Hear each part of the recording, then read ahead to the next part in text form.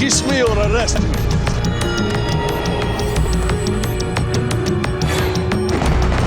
Mr. Jim Collins.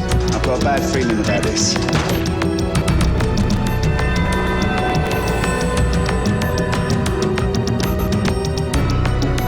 What are you doing? Danny's the old fella. Your man with the tattoo shot him. I understand you were responsible for the heist at the Scoble building.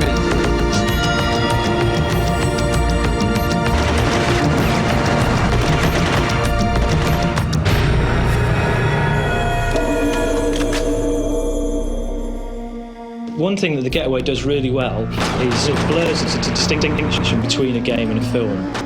A big ambition for the game was to play with the player's expectations. We're playing very much with time and again in this game, but I think we've taken it to another level. We show the player elements of what could potentially be the end of the story, intercut with thoughts and imagery from the character's past. So you're almost playing flashbacks, if you like, not just seeing them. This was a massacre. Essentially, what we're doing is telling a story and creating an experience.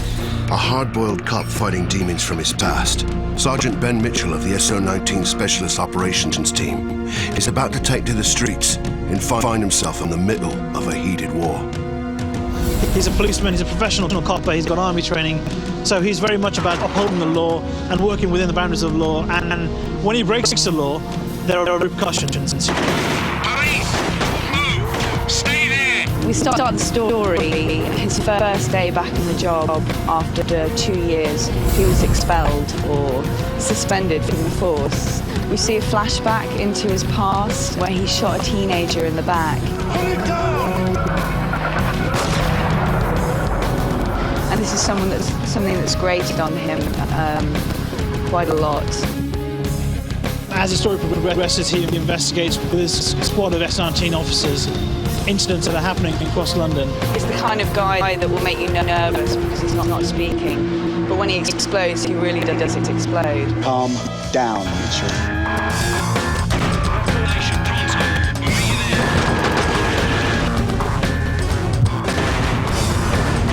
Crime rules the streets. New gangs emerge until a botched robbery ends with an entire dead crew save one. Boxer Eddie O'Connor is about to be pulled into the fight of his life. And suddenly the game will completely change and we wake up in a cellar, and this is boxer Eddie O'Connor, who is from a recognisable world of the Getaway. He's all about gangland, he's all about the East End. It's more about using that kind of that pub or barroom brawl style combat. He's the kind of guy that you really want to get to know down in the pub and have a pint with. But also he's got this lovable side that can turn quite violent because of where he's from, because of the kind of guy he is, and he likes getting in a rut.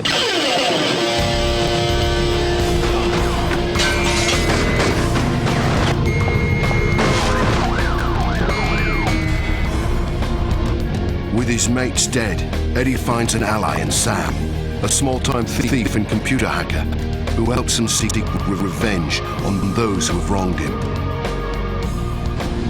The third character is completely the opposite of both of these two. She brings in the feminine aspect of the game. Rather than being brutal and confrontational, she was more about sneaking in shadows, getting up onto high beams and watching the play, or being underneath the tables and watching the enemies move around and then sneaking past us. She's only young, but she's got a mad ambition, and she thinks she's going to be a criminal mastermind, if you like.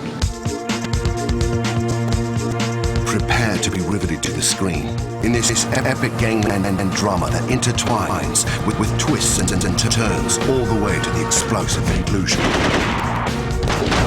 Stop where you are! Obviously, if you're writing a movie, you're thinking just about story arc.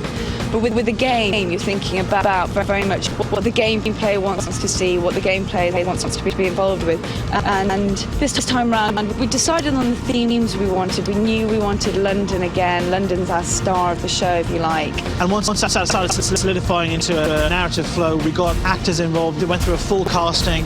And that further refined the script and further refined the kind of characters we had in the game. We went through about 100 actors to find the perfect matches to these characters.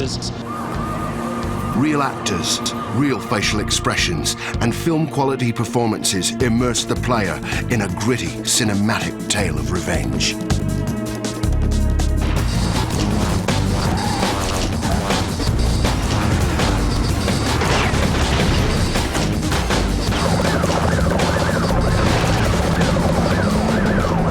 We work with a company called Image Metrics who provide facial motion capture so that our animators can then concentrate on performance. So when they're doing the motion capture, not only do they have like the motion capture suits, in fact they have optical motion capture and magnetic and data gloves, but they also have a video camera filming their face and a mic recording the voice. So not only are we capturing the movements, but we're capturing the whole performance from the lip sync, the facial expressions, and all the expressiveness of their voice. So if they're doing something physical or they're having an argument or something, that really comes across. It's much more of a true performance rather than a guy locked in a studio with a script in his hand. In the fight of your life, the smallest mistake can be fatal.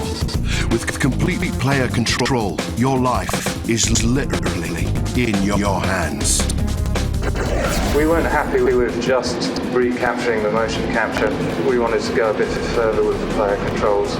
We wanted to be able to pick up every little nuance of what the player was doing. So to do that, we had to go to the heart of the animation system. We rewrote the core blending function. So every animation you see on screen is actually a composite of many animations. I think quite often we're hitting 16 separate animations. Additionally, we've added the health into that. So if you imagine you can go from 0 to 100 health and 0 to 100 speed, at any point, depending on where the stick is, depending on how many shots you've taken, you can be on this little graph and have a very smooth motion. So you feel a lot more in control of the player feels a lot more realistic.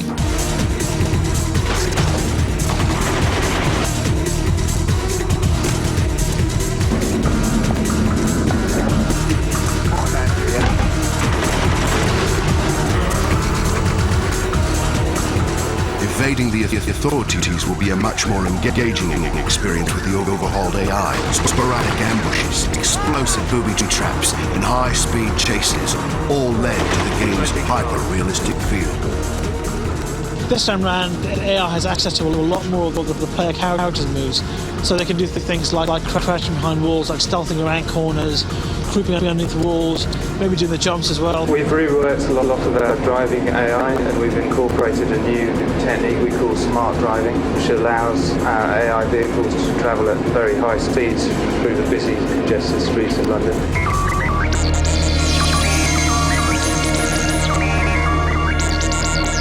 The game also rolls out enhanced physics to improve the dynamics and handling of several vehicles, including buses, taxis and vans. But this time around, there's a new toy in town, motorcycles.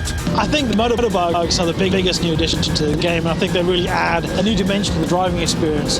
The ambition for us in adding motorbikes was to kind of give the player a completely new feeling to being on the streets. Being on a motorbike and weaving through big double-decker buses. When you're on a motorbike, you can access things like pedestrian ways, areas that will be blocked off for the main traffic. You're allowed to access, so you may be able to lose the cops there. You may be able to find little kind of secret places to find hidden cars, hidden motorbikes, or hidden accessories, as in guns.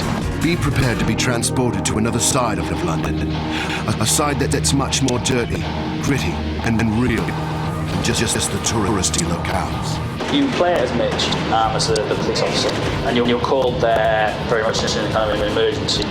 The scrapyard's up front for a dodgy car business, but you're working your way through the kind of legitimacy up front to get at this person at the bank. Doing the photo shoot was dangerous enough. I mean, there were the people showing us around the scrapyard were really reluctant to take us to certain visitors. The dangerous cars fall off, and the petrol tanks explode for no good reason. This is real life. So as a game location, it's got a lot of scope. Move to the right. I see 3 Maya, black trousers and vest, carrying a bag. The Underground's great because you start off and you're in the CCTV room for the cutscene and you see something on the platform looking off, but you can't get there yet. So you have to use the whole of the back stairs and the back ways into the platform that only the station manages. You're not just getting the public view of the Underground. The ending of the level will take you onto the train. So then you've got to use the train and obviously be very aware of the people that are on that train, because you're a policeman, you can't just go firing madly, but you've got to get someone that's heading towards the front of the train. So it's really exciting, very tense.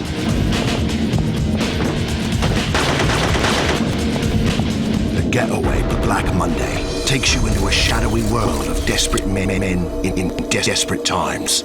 A world from which the only escape is an explosive ending that twists and turns, leaving a heavy imprint on your heart and soul.